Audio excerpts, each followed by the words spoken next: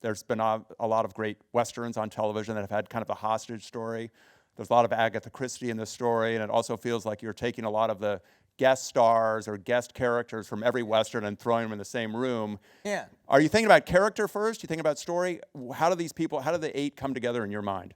As opposed to most other movies, I was actually kind of influenced by a lot of Western TV shows that I've been watching in the last 5 years, like the Bonanza and Virginian in particular, but Big Valley and Gunsmoke, stuff like that. And one of the things that influenced me that led me to this was I in particular watched the episodes that had really cool guest stars in them, like William Shatner or Robert Culp or James Coburn or Vic Morrow, people like that.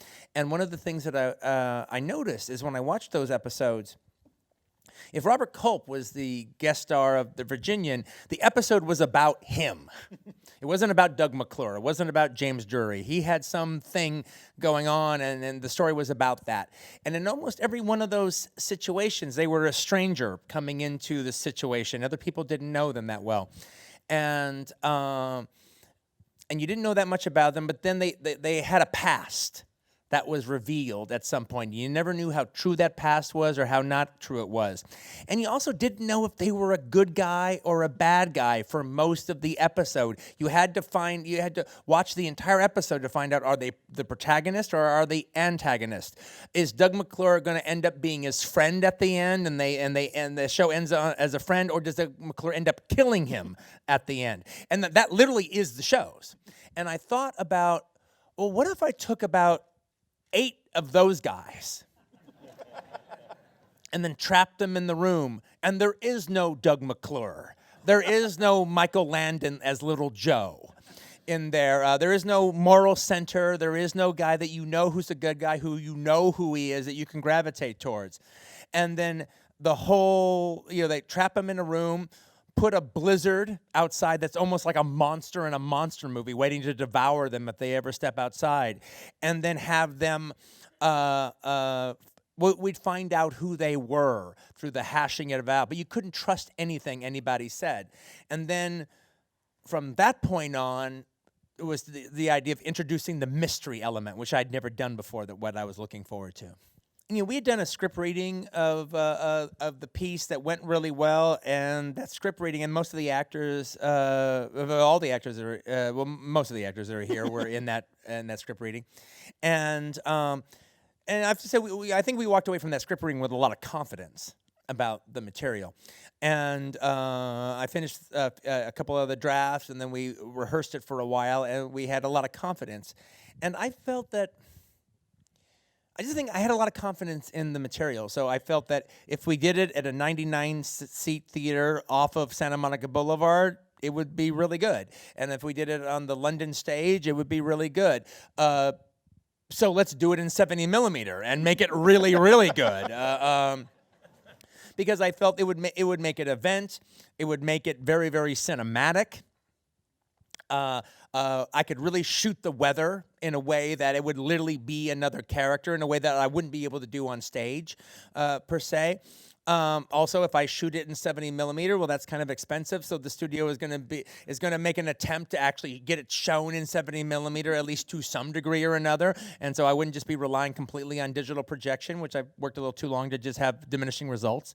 I don't think 70 millimeter was created just to shoot the 7 wonders of the world and mountain ranges. I actually think that there's an intimacy to big scope formats like that if you use it the correct way. I have shot a lot of close-ups of this man right here. But I have never shot close-ups the way they look in this movie with him. As you're beginning to make any film, you sit down and talk to the director about what he or she wants to do. With Quentin, that first couple meetings have a greater importance because he's essentially going to outline to me how we're going to produce the movie and how we're going to make the movie and why he wants to do everything that he wants to do.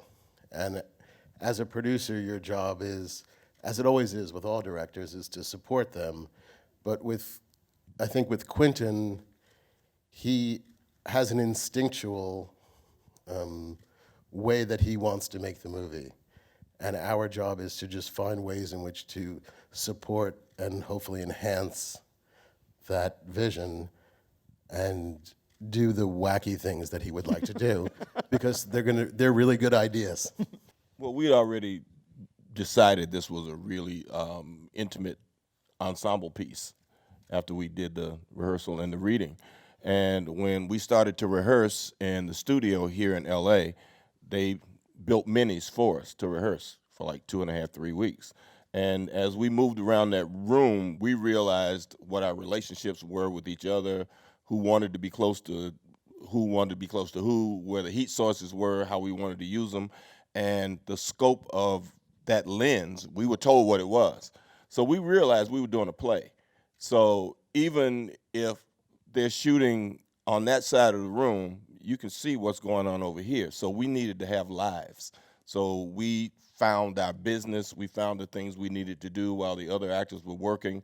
We found places where the other actors could look over their shoulders and see if we were looking or paying attention to what they were doing or not paying attention. So it became a very intimate exercise between all of us and making sure we were supporting the other actors on the other side of the room no matter what was going on. I want to ask about this shot of Daisy. It's how long a shot? 5-minute shot of Daisy? Oh, what you mean the when she plays the guitar? Yes. Oh yeah, around that 4 or 5 minutes, something like that. Yeah. I mean, when we saw it in '70, you don't want to cut away. Like, there's no. Look at how beautiful the image is and how much detail you can see in every aspect of the frame. But of course, we did get the opportunity to use some of the coverage in the multiplex version of the movie. Because it's not in '70, it's digital, so you'll be able to see some of that.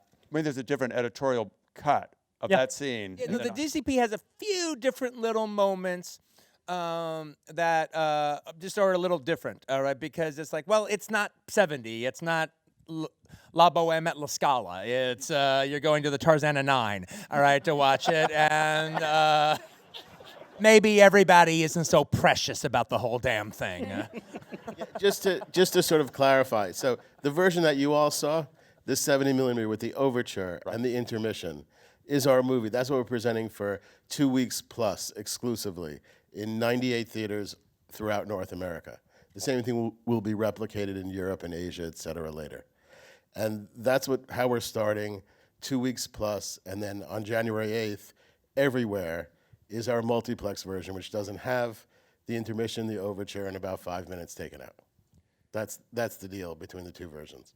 Quentin has such a wealth of character information, so you kind of start there. But from that, we really had these Western archetypes all in one room. So you have the sheriff and the bounty hunter and the cowboy. And so really flushing out those archetypes to both fit and deceive their characters and each other was something that was really fun to do.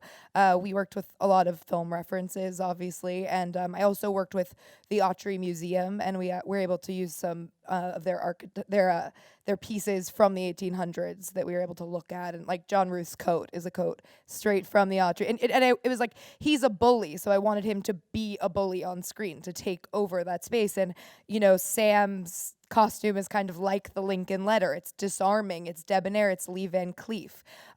So I think that was sort of where we started, and obviously having such great actors to work with is always a dream. Yeah, I mean, it's amazing how much Courtney was telling about Daisy and how much it informed me, actually. Actually, when I first went to meet on the movie, it was in Quentin's guest house, and her boards were, every character had a board, and on the board were drawings of the characters and pictures from the period and fabrics and furs, and I just was so inspired. It was just such a cool room to walk into and see all of this inspiring, beautiful research and the drawings, and then to see the costumes, the details, like my gloves. I could feel the week she had with John Ruth by putting on the clothes. There's a hole in one of the fingers on the glove. The gloves are hand embroidered. Everything she did, whether you saw it or not, all There's a lot clothes, you didn't see. There's You'd a be lot you surprised didn't how see. much you couldn't see. But it didn't matter to Courtney. Like, everything, whether you saw it or not, was going to be absolutely perfect and so beautiful and so real. And it weighed a ton. And it kept us It was warm. Yeah, it was warm. And that was her aim, was to keep us warm, but to be completely authentic down to like literally the soles of our shoes. How much back and forth is there between you and Quentin about dialogue and about character? I don't know. We never really talked about that. I just got a phone call from Quentin. He said, "I'm going to do this reading. Would you do the reading?" I said, "Hey, that'd be fun." And I didn't realize it was a screenplay that had been leaked and had angered him. And then I learned later on that this was that screenplay, and then that I understood why he was angry, because he was only partially finished with it. He wasn't really anywhere near done with it. And we started talking about that, and the next thing I knew, we were going to rehearse it. And I thought, oh, I guess he wants to get this in shape to show somebody.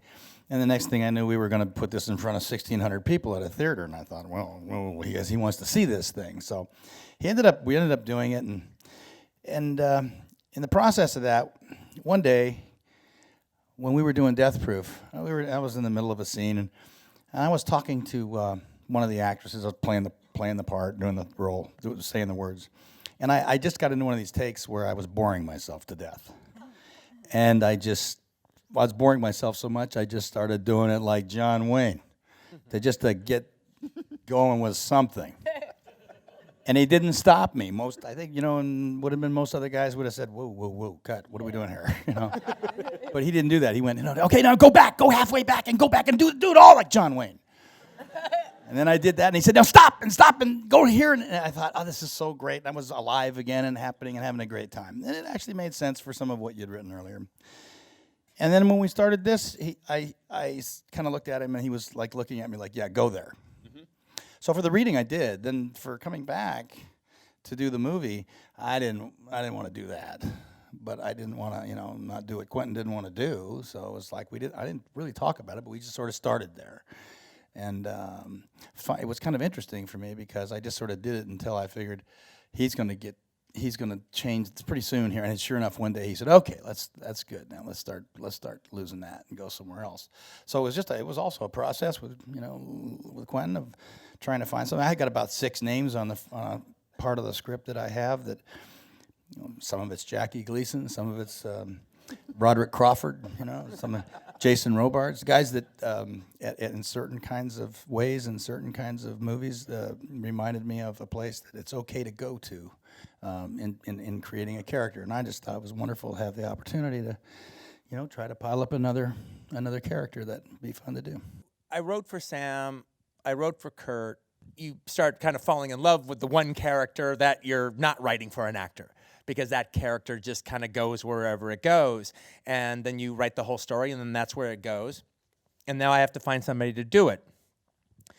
But the way Daisy was written, there's a whole lot.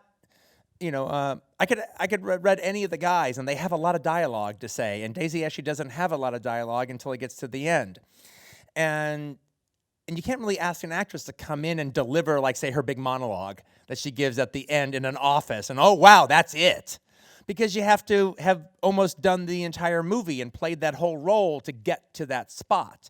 So I brought Jennifer in, and she did a really we had a lot of fun, and she did a really intriguing work in it that I actually thought, oh, this could be good. She could be really interesting in that, and it was really, really intriguing.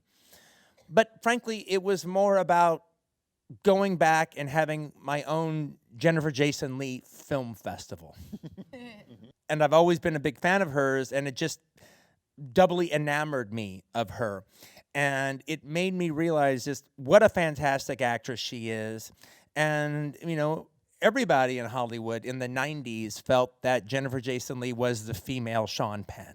And if I have this rogues gallery of men that I have to deal with, I need a female Sean Penn, all right, to put in this thing. And so I did, but we did have actually, she almost says it better than I do. We had a nice discussion, and I go, look, we're going to put this together, but you have to build Daisy.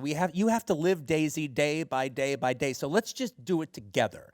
Let's go on this journey together, and let's not be result oriented. Let's not figure out about effects and how we're going to solve them. Let's just be Daisy every day. Let everything happen to you, and let's just build from there. She can probably describe it even better than I do, but that was the idea, setting it off. Yeah, but as trippy as that was, though, because we watched her throughout rehearsal, and I mean, we're all, Quentin veterans, so we do what we do. And Jennifer was she was walking on eggshells a little bit, but she's with this one who's like constantly going, come on.